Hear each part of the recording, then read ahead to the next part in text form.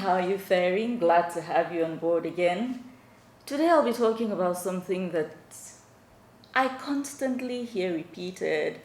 I see it thrown all over social media and is gradually becoming something of an accepted description that Nigerian women give up on their appearance as soon as they nail the ring.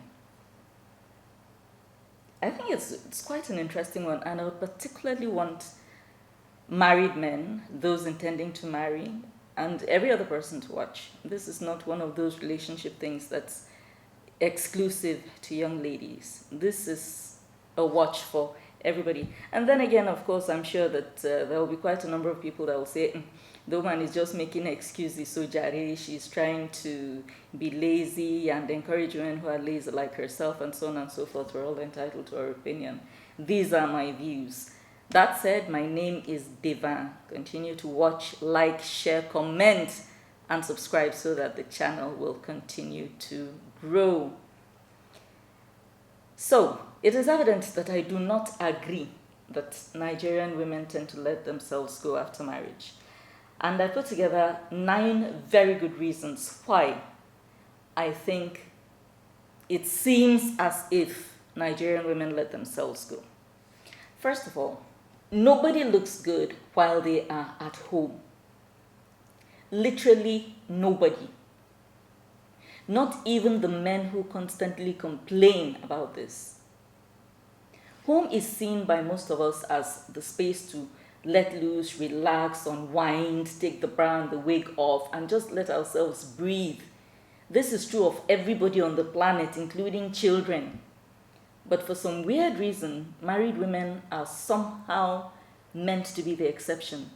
Not only is it not fair, it is impractical, it is unjust, it is unhuman to expect anybody to be well packaged 24/7. It doesn't happen anywhere. It literally doesn't happen. And for some of us who are exposed to celebrities, listen, that is a TV lifestyle. Somebody will say, we don't want anything that much high end. It's just, can't women make a bit of an effort? I'll get there. This is just point 1. Point 2. It is not a question of see finish. In Nigeria, when you say finish, we're talking about over familiarity and how it breeds contempt. That is not the question.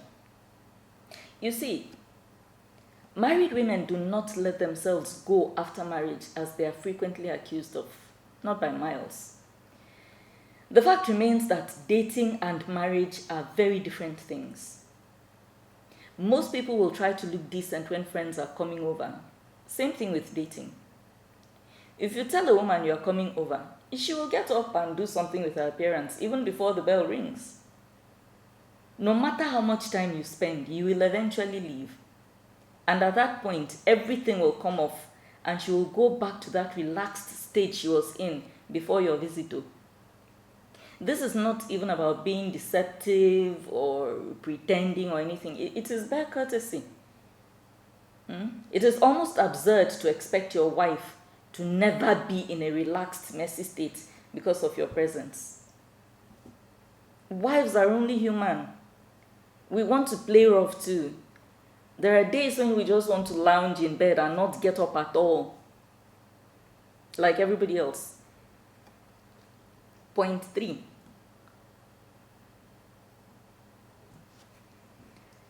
When you marry as a wife, as a Nigerian wife, your workload literally triples, if not quadruples.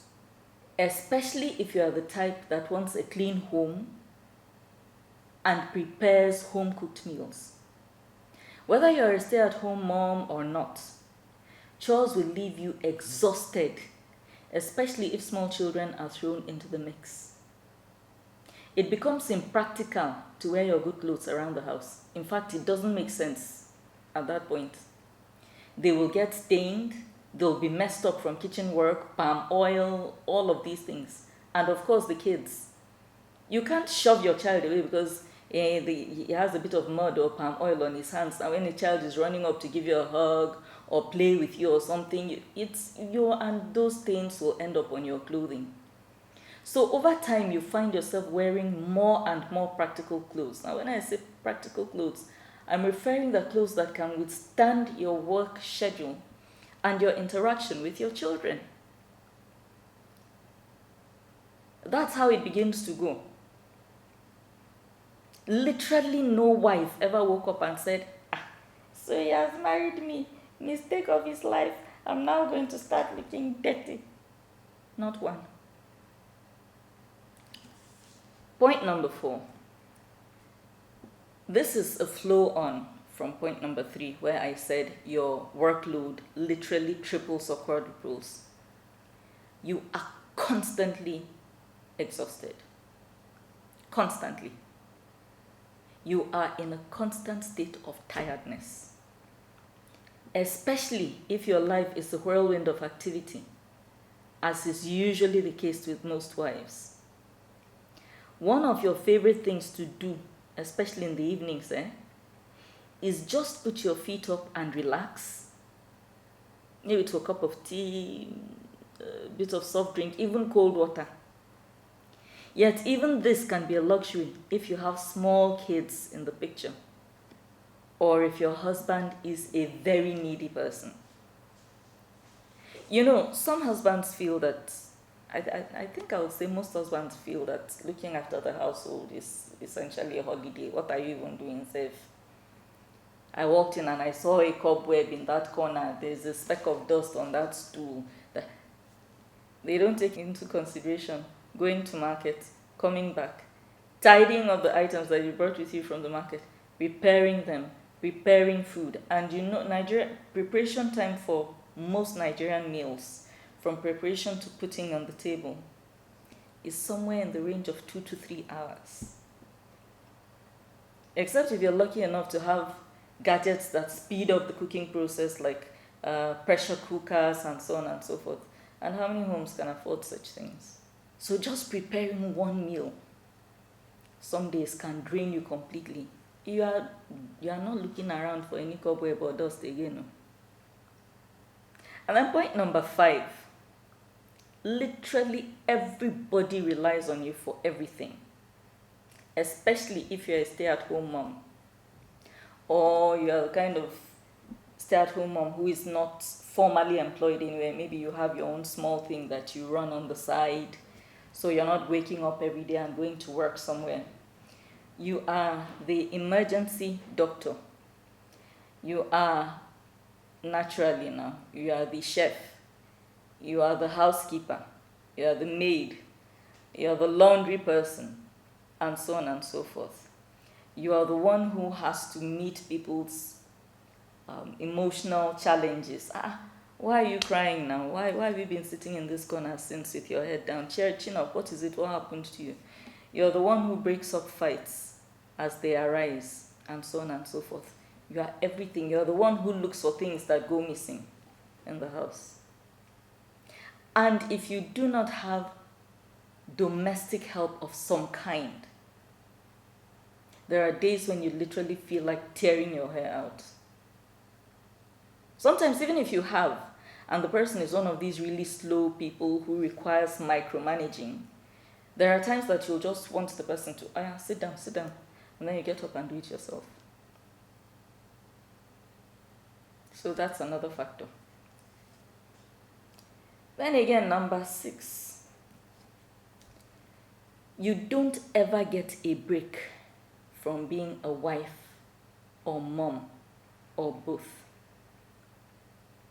It's not a job, like every now and then if you're working now, you can, depending on the kind of organization you're working for. There are some organizations, like with federal government, for instance, there are some organizations that will give you up to 30 working days per year. This is apart from bereavement leave, compassionate leave, casual leave, and so on and so forth. where you can just, literally disappear from the office and stay gone until it's time for you to resume. There's nothing like that in marriage, especially if you want to be an effective wife. Then again, there's no running away from money as a critical aspect of how a woman looks after marriage. There's no running away from it, to be very frank. In Nigeria, we have this proverb, a pidgin English proverb that says, better soup na money cookam. It's no difference with one's physical appearance. You need money to look good. There's no running away from it. Now, for men who have the philosophy, I don't know where this came from, and I guess they probably have their reasons for it. I don't subscribe to it. Luckily, I'm not married to the kind of person who has that kind of mentality. For men who subscribe to this thing of practically seizing your wife's earnings. Let's say your wife earns a living, and every end of the month, she has to submit her paycheck to you. I really don't understand where that came from. I don't know the logic of it. Because what I understand happens, it's still Nigeria. We're still working with very traditional values. Most men are supposedly the breadwinner. You're supposed to be the one giving your wife money to add to whatever she has to look after the household. So when you take the money from her, what next? Are you the one going to the market? Are you the one you're also taking from there to give her the one that she'll buy her lotion and her hair cream, shampoo, perfume, personal hygiene thing? I don't get the logic of it. And if you're one of those people, I'm sorry to say, I think that you're a very cruel person. You can stop watching my vlogs if you like. I really don't care. I think you're cruel. If you're a woman who has fallen into handing your paycheck over to your husband, so if it's working for you, fine. I just hope that that same person is giving you enough money to go shopping and to look good.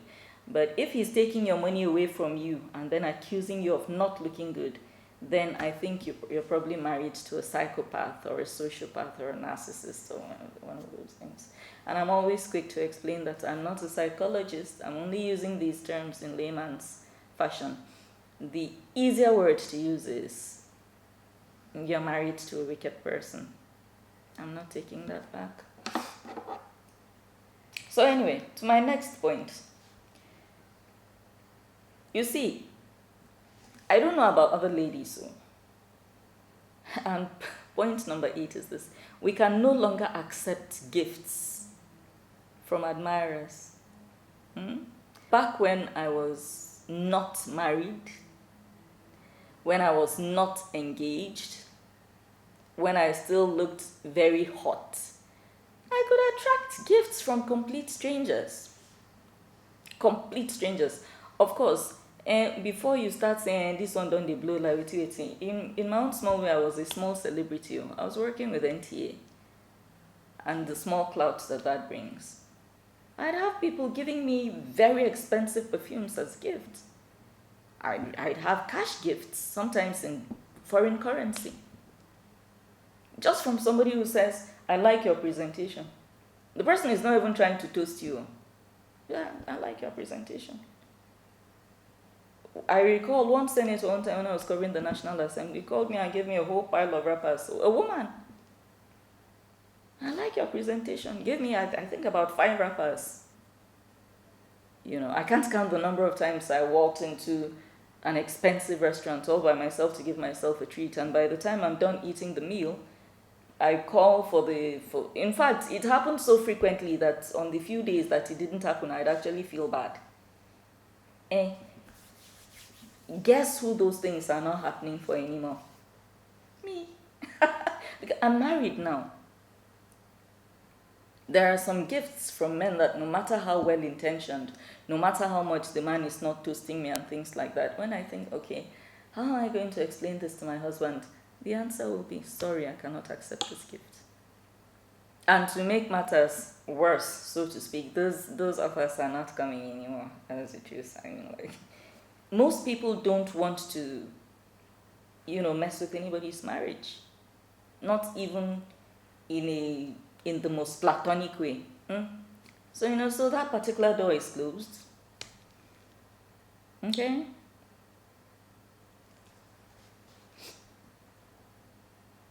And last but not least, the truth is some women are naturally dirty. Now, for my part, I don't believe that there are people who are born dirty.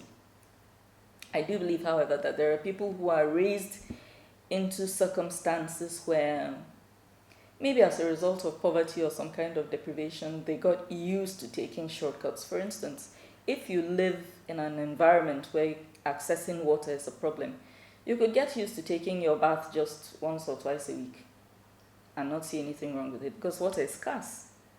Even for drinking and cooking, the very important things, water is scarce. So you don't have that much to waste taking a whole bath. Or you find yourself in a position where you use water very sparingly when you're taking your bath, as a result of which the desired result is not achieved. So there's that. There are some who were raised with mothers who didn't know any better. Those ones too will do the same mop that is used for, the same mop and buckets that's used for the toilets will be used in the kitchen. The same bucket that is used to give the dog drinking water, you'll find it in the kitchen with tomatoes in it and things like that. And they get used to that and they don't think there needs to be any boundaries and they grow up that way too, and so on and so forth. But I think that in many instances of women who are dirty, with patience and consistently drawing their attention to the fact that, okay, what you did right now is rather unhygienic. With time, it's not the best kind of feedback to receive and you might actually start feeling beaten down on. But if this is the kind of person who wants to grow and develop herself, with time she could begin to take correction and realize that the fact that a hairdo is expensive doesn't mean you have to carry it for 3 months. If you must carry it for 3 months, then make sure you're washing it with some regularity so that it doesn't stink up the whole place the minute you walk through the door. And things like that. So there are women who are dirty. There's no running away from that. But I feel that it can be fixed. So apart from these women who are naturally dirty, I would say that the rest of the women fall under the other 8 points I already mentioned, which goes from things like not having enough resources, not having enough time, being overworked, being stressed, and so on and so forth.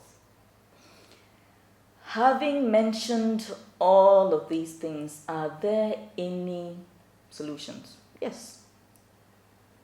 First of all, I would ask men to please lower their standards and stop comparing their wives to women they bump into outside. Because they should remember that wives also go the extra mile when stepping out of the house, and many wives do receive admiring glances from men outside. So as long as wives make an effort to be neat at home, the men should manage, please. It's a plea.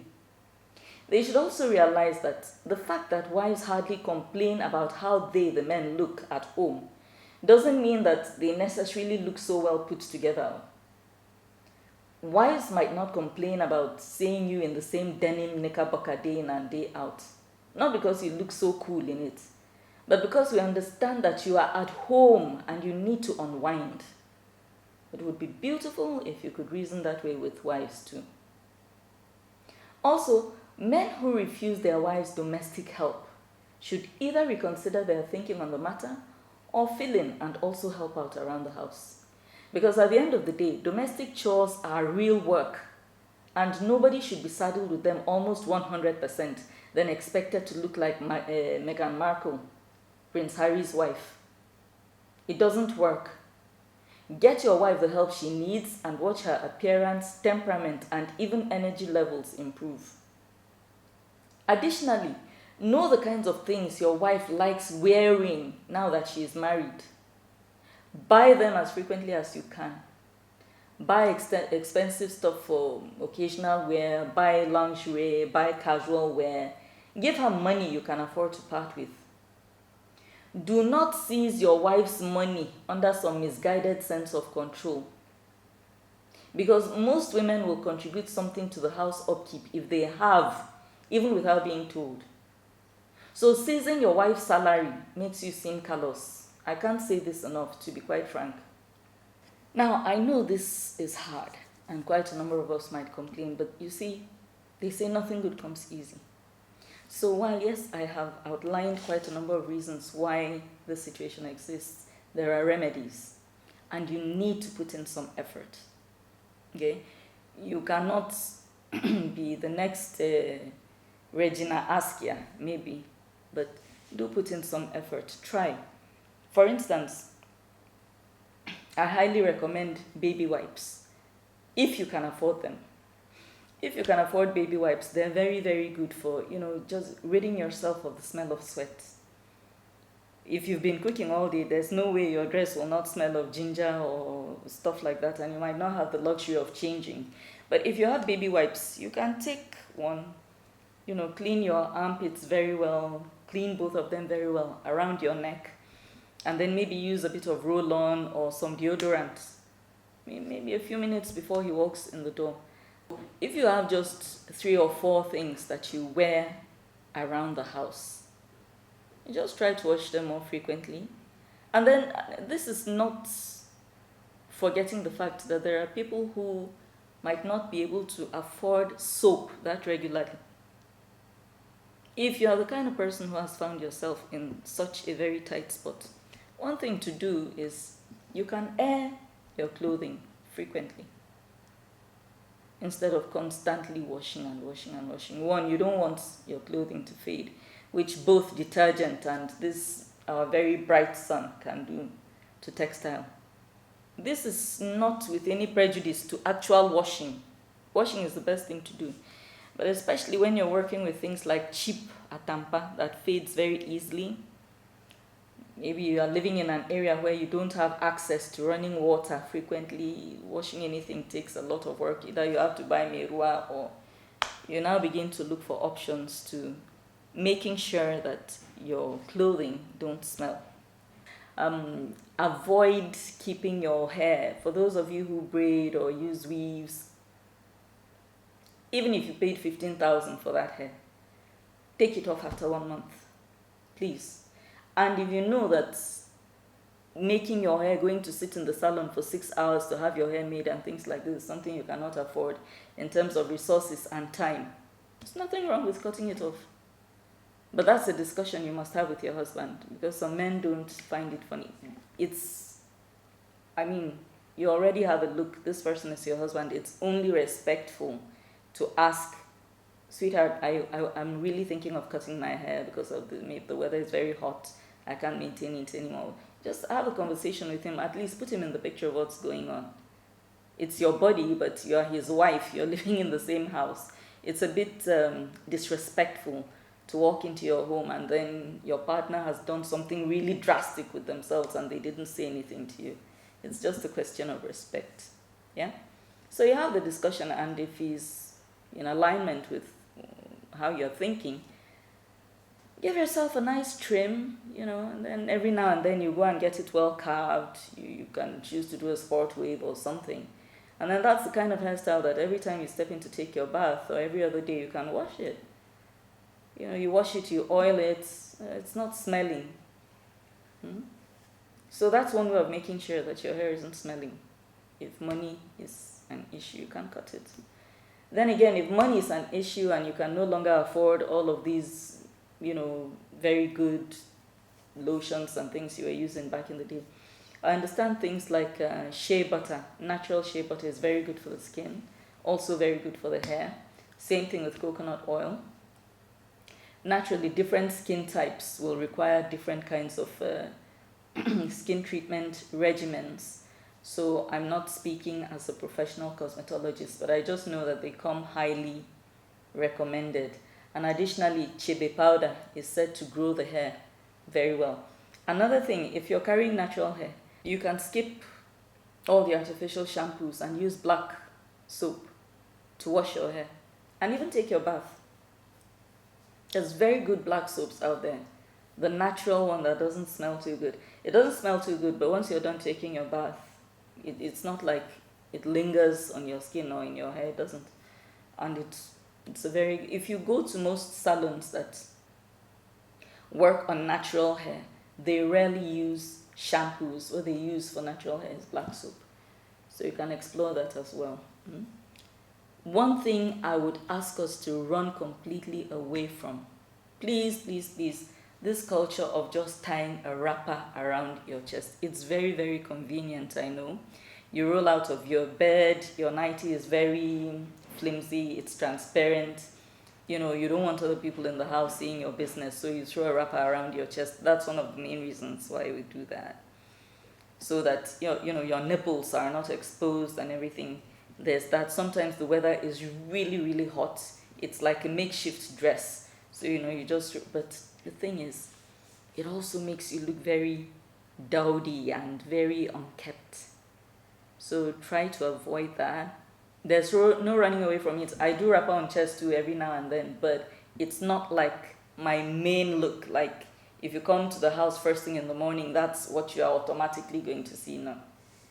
No, once in a long while, like maybe I roll out of bed and I have a hectic schedule that day, so I'm not able to take my bath first thing in the morning.